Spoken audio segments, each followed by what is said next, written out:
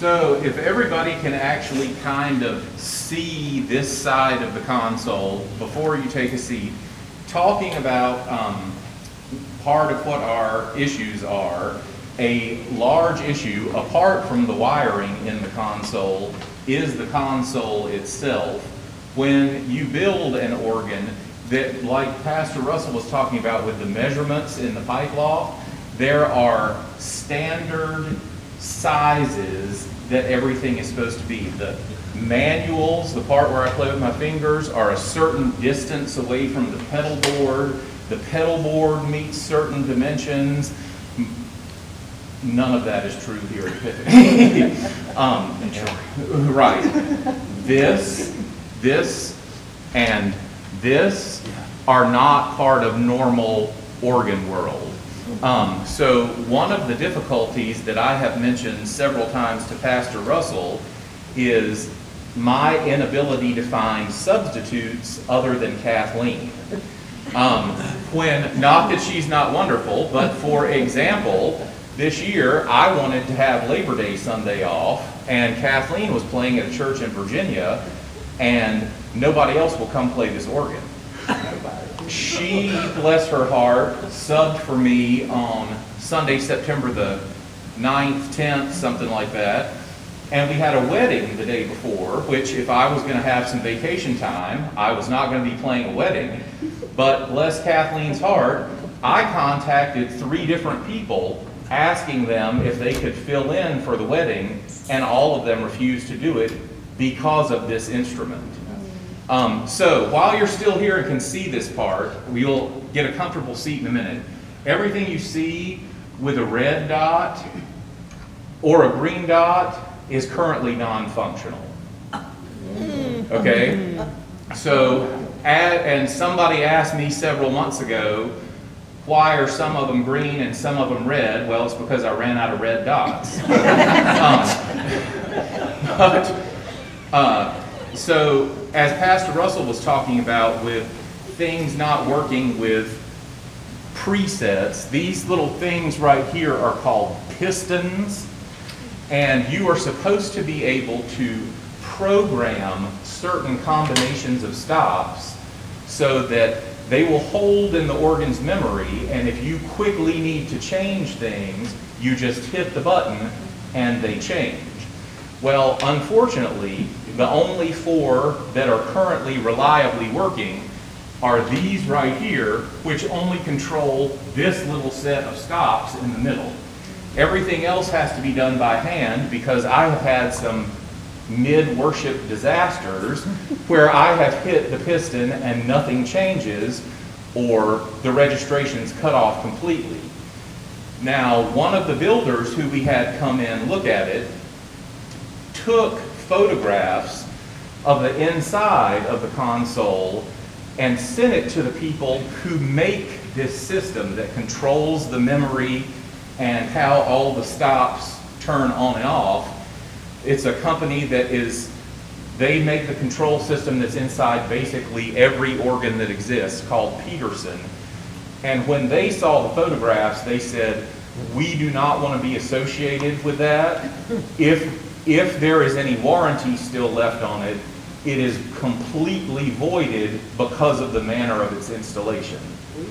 So, that being said, these things here and these represent the digital stops that part of the impetus for the digital organ is what you see hanging over your head right here. This originally was installed, Kathleen, where are you at? Year, do you remember? I don't remember the exact date, but it's probably been 20 years maybe. I know the antiphonal organ was given by Nora Deal in memory of her husband Wilson. Yes. And so it was in that time frame. So there was a big issue, not only that when the sanctuary had worshipers in it, that the choir could not hear what the organ was doing, but that the congregation was not getting enough support for hymn singing.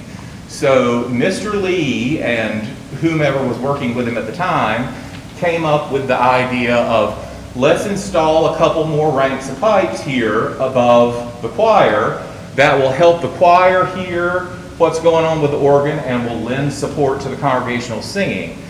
I do not know how long it actually lasted, but apparently it was found very unsatisfactory. For some reason, they couldn't get a stable wind supply to it. Because of the differences in temperature between back here and up there, they could not get them in tune with each other. So part of the initial idea for the installation of the digital was the removal of those pipes and adding some digital stops back here.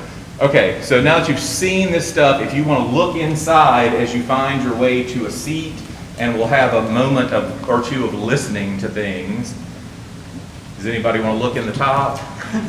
So up there right now are speakers That are only connected to the digital organ, not to the sanctuary sound system. Work, so it's just The digital, so part of the, if you want to talk about the specifics of the digital organ, when the initial digital organ was installed, it was found to be unsatisfactory by the guy that was working on it.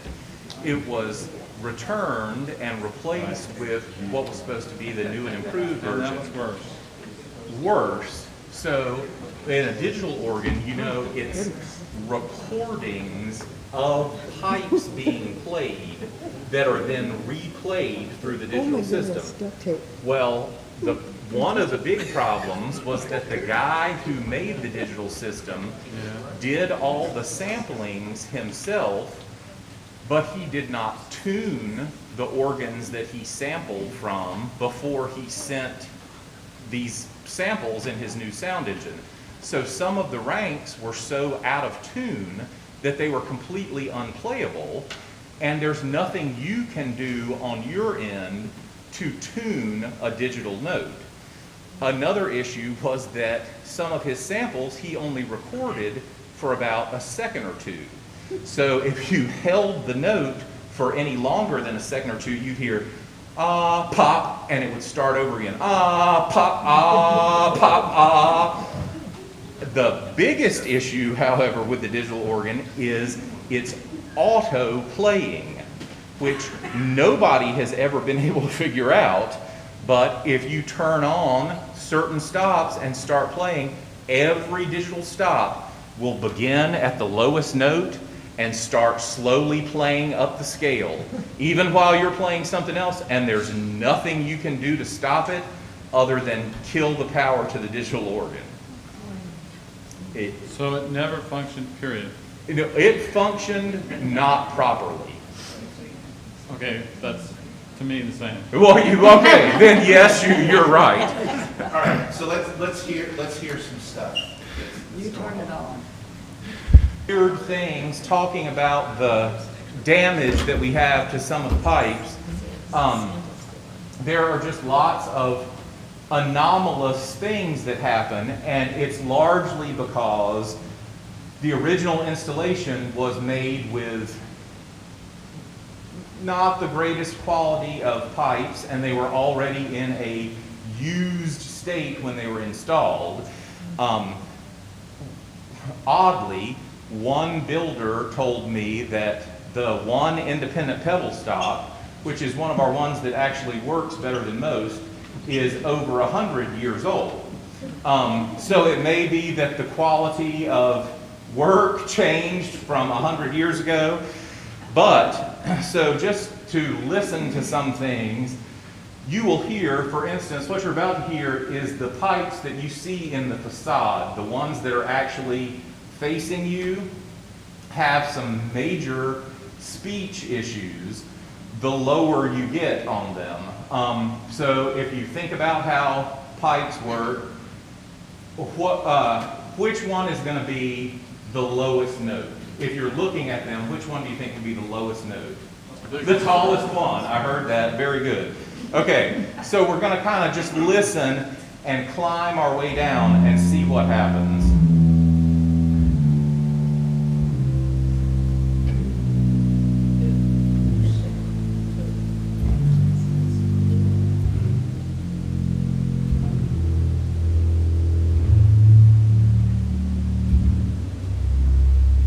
as you heard, the last 4 or 5 notes, it even takes them several seconds to even find their pitch. And these are some somewhat damaged pipes that lots of little tricks have tried to be done to fix, but they are damaged pipes. That's what they are. This anomaly is another something that I haven't been able to get anybody to cure. Just listen. And this is one of those weird organ demons that 50% of the time it happens, 50% of the time it doesn't.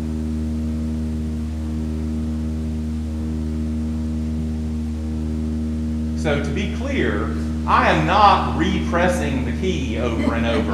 I am just holding it down, okay? That's not the way these things are supposed to work, yet nobody has been able to address that. We have a severely damaged, Kathleen was just complaining to me after she subbed a couple weeks ago, a severely damaged set of flute pipes on the grate manual, which by themselves might not sound too bad. And when you put them with something else, you hear how scary they actually are. And it's all over the place in that stop.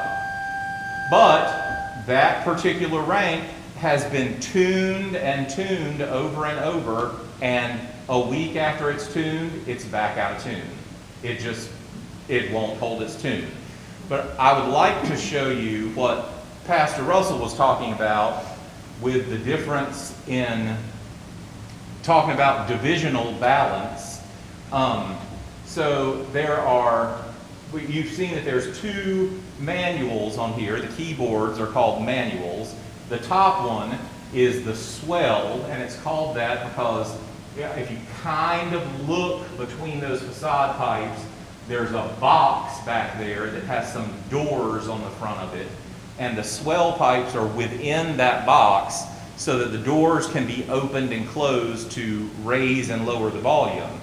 However, I'm going to play you the same 2 chords on the swell and the grate for you to hear the difference in what PR was talking about with balance. So here is the full swell, D major chord,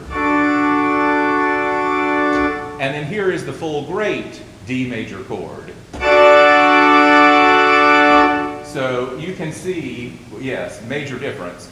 One of the other issues here is in the pedal division, that 100-year-old set of pipes we were talking about is the only rank that belongs to the pedal division, this one.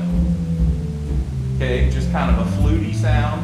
Everything else that plays in the pedal is to use a car terminology, if you ever did anything fancy to your car, is a tricked out version of a stop from either the swell or the grate. That 12 extra pipes have been added to it so it can play an octave lower or an octave higher, but that's all the pedal division has on its own. So in order to get balance, you have to couple things down to it from the swell or grate manuals, but then those notes are already being played on that manual. So if you go for something else there, it's not there. You're already playing it. I know we're getting into technical weeds here. Yes. So talking about toe collapse, like we mentioned earlier in there, this string right here that you hear on like some softer meditative type things, does that sound familiar? And it's Celeste rank, which is a set of pipes of the same character but that are tuned slightly sharp so that it will sound like shimmering violins or cellos. You hear how now it's wah, wah, wah, wah. So both of those sets of pipes, unfortunately, are experiencing toe collapse. One builder actually recommended that we pull them out to keep them from collapsing onto other pipe work. And I have to tell you that I said, no, I'm not going to let you do that because I need something to be able to actually play. So same thing, string on the grate is this one right here. Has been worked on extensively over the years, but it also has some faults. This pipe has some kind of damage that nobody can figure out. If you listen, it'll sound like it's got some asthma. Right? Whereas its neighbor sounds perfectly normal. So in almost every stop on the organ, uneven speech is a huge issue. You will hear that one note is not the same volume as its neighbor. And I have spoken with several organ tuners about that, and they all have the same answer. I can change the tune, I can't change the speech without taking out the rank of pipes and revoicing it. So, like for instance, you'll hear on that string, where was that last note, right? A quarter of the volume of its neighbors. And that's just the case with many things on here. So, Sunday mornings are a moment of me having to think, well, That pause was enough. right. What key is this piece in? What can I not turn on for this one? Yes. So basically, what the message here is that nothing is normal. I know none of us are normal, but yes. So specific, individualized questions. Well, none of that also addresses the keys that stick when the notes stick in the middle. Yeah. So that is not the physical key sticking down, that was last Sunday, wasn't it, that we had 2 ciphers? That is not the actual key getting stuck and staying down. That is the pallet underneath the pipe, which slides open when I press the key. A pallet moves out from underneath the pipe so that air can flow into it. And that is those, when I let go of the key, those remaining open instead of staying closed. And we have had lots of problems with those over the years. But that's a workmanship and an old age type of thing. It's difficult. And to stop the siphon, you have to turn the organ off. So some ciphers, you have to, that's a weird word, I know. Cipher, it's not like doing math, but the word is cipher. Sometimes, if they stick on and don't cut themselves off, you just have to turn the organ off, and you'll hear a funny, well, the air didn't die from that one, that's good. But sometimes, if you hit the same key that's stuck enough times, it will make the pallet close, or if, while playing, you can identify which particular stop is making the cipher, you can stop playing with one of your hands and reach up and attempt to cut it off, which, yes, I have done many times in worship. That is, the organ pipes sit on a wind chest, okay, that holds reserved wind to go up into them to make the speech. The part that holds the pipes in place above the wind chest is called the toe board. Remember how we were talking about toe collapse earlier? The toe of each pipe goes down into the toe board.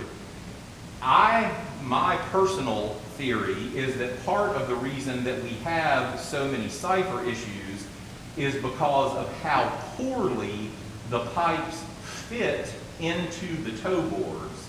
So as you can see, from the pipes you can see there, you see how vastly different they are in size, okay? So the ones that sound like this Some of you might not even be able to hear that. Your dog could definitely hear it. Some of the ones that sound like this are literally like maybe the size of a golf pencil, right? They're teeny tiny little things, but they have been sort of, again, tricked out up there so that they don't just flop and rattle around in the missized toe boards. They have some batting around some of them. Some of them have twist ties crammed down around the bottom of them to keep them in place. And that is also where... that, aren't you glad you can't see all that? Yes. So a lot of that is also where some of the speech issues come from, because the toe boards were not drilled to the proper size for the pipes that they were going to hold. Other pointed, Kathleen? Jim? Wait, Go ahead, Jim. Jim? I would never know anything was wrong with the organ. I mean, it sounds great to me. Well, thank you. I'll take that as a compliment. Everything is perfect. What would I expect different than what I'm...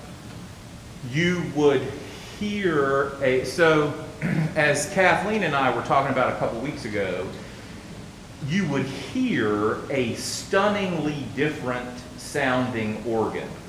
One of the biggest, I love that you think that it sounds good. I appreciate that. One of the biggest issues that this instrument has was that when all the sets of pipes were put together, they were not chosen or voiced to blend with one another. And that's sort of a like scientific-y process, kind of like when a perfumer makes a perfume, you know, they pick these different scents that all blend into the same thing. So what Kathleen and I were saying a couple weeks ago is that we think people would be shocked if you actually went somewhere else and listened to another organ. Because when you are used to hearing this every Sunday or Wednesday night or whatever, you think, oh, that sounds good, or I heard a little buzz or whatever, but I expect that. But when you hear an organ that has been properly voiced and built with stops that complement each other, it's a whole different world. I mean, you can hear just one stop and say, oh wow, that has a silvery shimmer, blah, blah, blah. But here, it is incredibly rare that I can even play anything on just a single stop, because the speech is so uneven that you have to turn on more than one thing to cover up the problem in this one. You know, like say the eighth of principal doesn't play right on the B flat, but I know that the flute next to it does. So if I turn them on together, it'll cover up what's missing there, and the first one will cover up what's missing on the second one there. Yeah. I would know the difference. Oh, let me tell you, you would be falling out of your pew with the difference. Now, I don't want you to actually take a tumble out of the pew, so we might strap you in, but, okay, Judy Mountjoy will hold on to you. Yes, you would notice a great, as a matter of fact, Mom and I, a couple Sundays ago, went to visit Vicar Heather's new church in Salisbury, or Granite Quarry. And we were talking about, as soon as we heard the prelude start, they have it's a much smaller congregation than this, with a small organ. And as soon as the guy started playing, we were talking about, wow, listen to how clean that sounds. It was just like a whole different world. So, speaking of being shocked, Kathleen, would you Share, please. Would you share the story that you were sharing with me? Well, it's bad enough not to have any variety in what you can choose from on a pipe organ, and there should be tons of solo voices and lots of, but once when I came in, and this has been a little while ago, turned it on, it literally shocked me.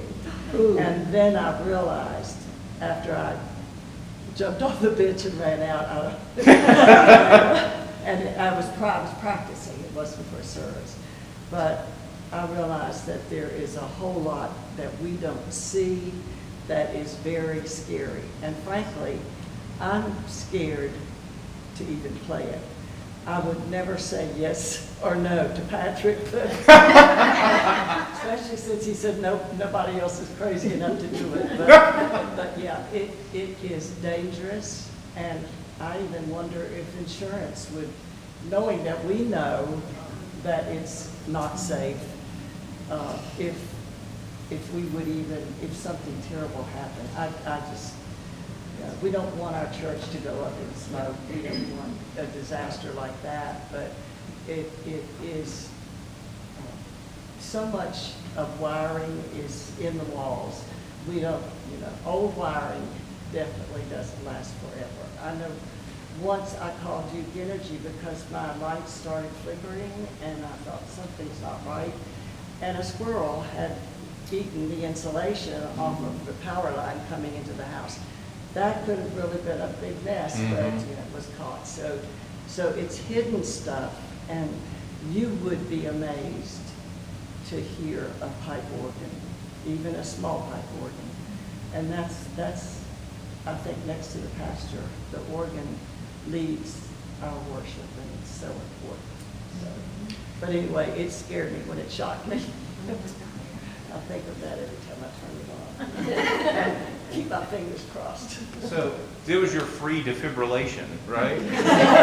That's what he said. We have a defibrillator, it's not there, it's over by my office, so. But why, oh, go. So can you, in a nutshell, explain the difference between the digital organ and the pipe organ? Hold on to that question, we'll get there in a Well, minute. wait, I think she's talking about in here. In there? You're talking about the digital organ in here? Well, because we talk about both, are they two separate? No. They're all right here. That stuff that you see back there Yeah. and the little black box that's hanging on the back of this console, can you see the box right there? Or maybe it's a wooden box. It's a wooden box. It's not stained, it's the natural You color. see that? That is the digital organ. And the digital organ is supposed to control all of this and all of this. So does that sound come through the pipes as well? No. It comes through the speakers that you can't see there, those two corner speakers, and like 2 or 3 massive speakers that have been crammed up into the pipes. Initially, Those speakers on the those speakers are just sanctuaries. These all are the antiphonal part of the digital organ. So some of it only plays from back here, some of it plays from down there when it plays. Yes. But it's, you don't see, it's just electronics. It's not, there's not another hidden console somewhere or something. Yeah, it's all in here. So effectively, we can take all these speakers down and wouldn't change. the Wouldn't sound make a difference. Right now, we're just leaving them there for the time being. Mhm. And while we're talking about wiring, I would like to encourage anybody that's brave to, especially if I could get somebody, is Jim Pearson here? He's out there recording. Ladder expertise. If somebody is brave enough to climb up the ladder and flip on the light, you might be able to see from just standing in the area where PR gets robed on Sundays. The other part of the wiring, apart from what's in the console, is up in the gallery. It's these gigantic panels that, kind of the term for them is the setter board, but it receives all of the signals that come from the console, takes them up there and translates them into the information of which pipe pallet should open, which should close. This wiring, we were told, is like not bad at all compared to what's found on the setter board up there. So if you are not brave enough to climb the ladder, I understand. I don't really recommend that anybody go roaming around inside of the pipe loft because it is very, very tight in there, and just bumping up against a pipe can cause damage to it. But if you want to stick your head up or take a couple steps up the ladder, you might be able to see it from ground level, but you got to look up and onto the back wall, and you'll see the giant panels that are the setter board. Is anybody brave enough to flip the light switch that's at the top of the ladder? Well, we used to, so Jim and Boo and I used to have to go up there when the blowers wouldn't work, and we'd have to reset them. You can take some pictures. I don't know what we And got you can show the us original. pictures. In the middle of the service, you climb up there in your car and reset them. We did some work on the organ back. So take time out. Well, there was some changes. So I don't know how much was changed up there. I know that inside of here, there are at least 2 complete sets of wiring, one of which is totally non-functional, but wasn't removed when it was all rewired. And that's part of the mess of, when we had people look in here, they said, just to isolate, like for instance, you know how we were talking about, these are the 4 buttons that still actually work. This stop has no control anymore except for by my hand. Even when I'm supposed to cancel it, which cuts off everything, it doesn't cut off anymore.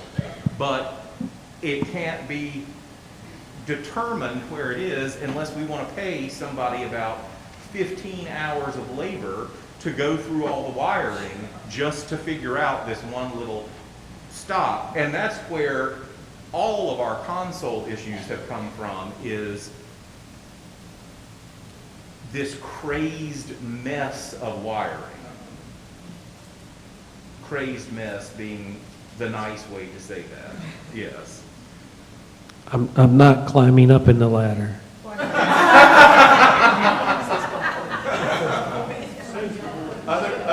Other questions or comments? Patsy?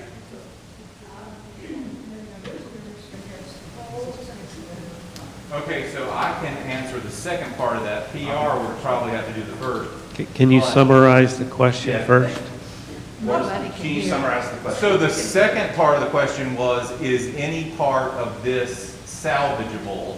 The answer is everything back here, no. One builder told us that this same 100-year-old stop that I told you about down in the pedal, this fluty thing, was the one thing we had that they would actually consider saving, but it would need to be removed and completely rebuilt and revoiced. And that is essentially the same cost as building an entirely new set of pipes. Well, I think from a visitor's perspective, that's probably one of the things that we found very desirable when we came to listen. And for me, because I had, oh, you did this. In the sweet spot, right, yes. Sweet spot. If it's still available, everybody wants it. So, The priorities are, of course, for the congregation. I took a lot of notes while you were talking, just kind of get into timelines and some things like that. we're going to process, That's always. yeah, we're going to process this some more when we get back into the fellowship hall. But just kind of wrapping it up to Patsy, your other question, our hope is that we're going to walk and chew gum at the same time. So you were asking the question about the building side of things. Really, it's not going to be an either-or sort of project. And so that's why we're having 2 separate meetings. You know, the first one, you know, obviously, Patsy, you're right. You know, worship and music is a big part of our life together as a church. And because the main instrument that we use to help accompany singing here at Epiphany has some very significant condition issues, We felt like that needed to be a conversation on its own. And then at the same time, because, to give you sort of a teaser of what's coming on October the 22nd, our church facility is used 6 days a week. I think that's wonderful. Praise God for that, because that is not the case in a lot of other congregations. And so the other part of this capital campaign, quite frankly, is to say, what can we do to improve and strengthen our church home for the next generation so that we can continue to keep having these excellent ministries that we have going on here, and to continue to have it be a vital hub of activity here in this part of Winston. And so we need to have a conversation about both, is what I would say with that.